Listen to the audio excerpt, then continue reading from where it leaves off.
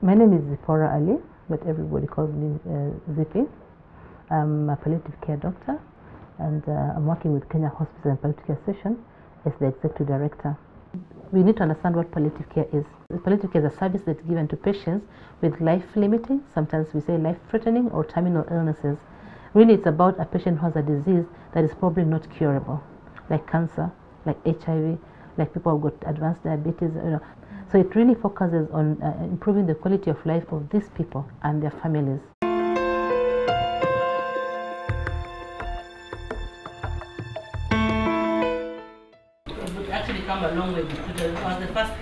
Pain management too is a crucial element in palliative care.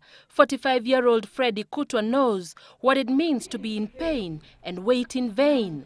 Niko na ugonjwa wa kansa. Ugonjwa kweli na uchungu zaidi.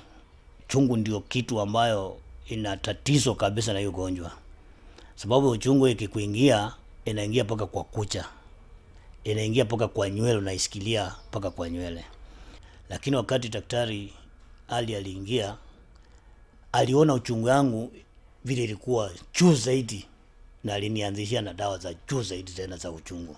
When Dr. Zipporah Ali walks to the Nairobi hospice, she knows of the silent conversations that patients with terminal illnesses have, the stigma that sometimes is associated with some of their ailments. She understands too that for some of them, death is often playing in their minds because they have contemplated it.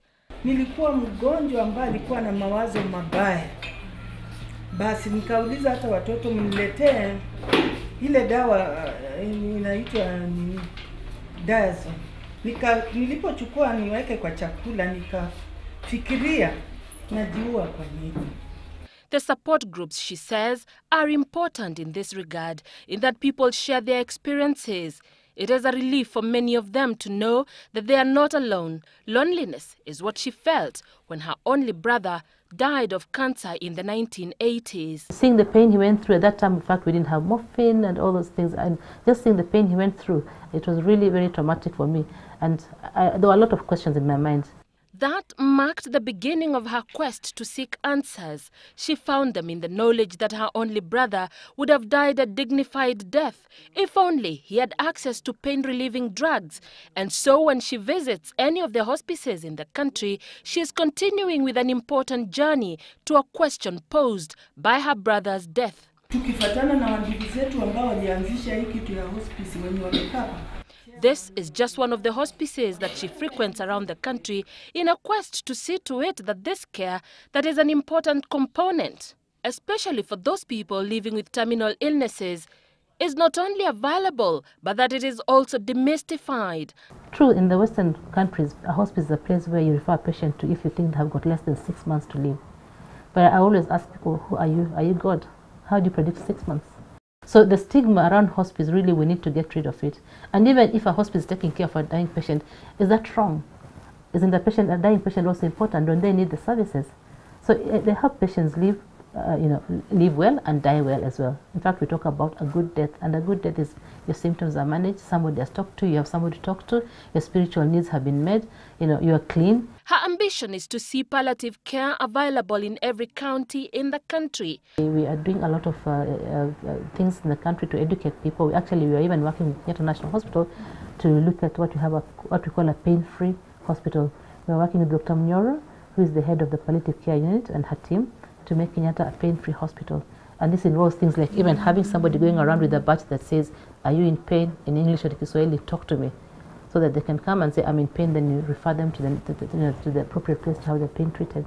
Her passion for the provision of palliative care in the country has seen her convince the medical school at the University of Nairobi to include palliative care training in its undergraduate program. Now at the helm of the Kenya Hospices and Palliative Care Association, her dedication, combined with that of other healthcare providers who share her vision, hospices and palliative care providers in Kenya have risen from 14 in 2007 to 40 today.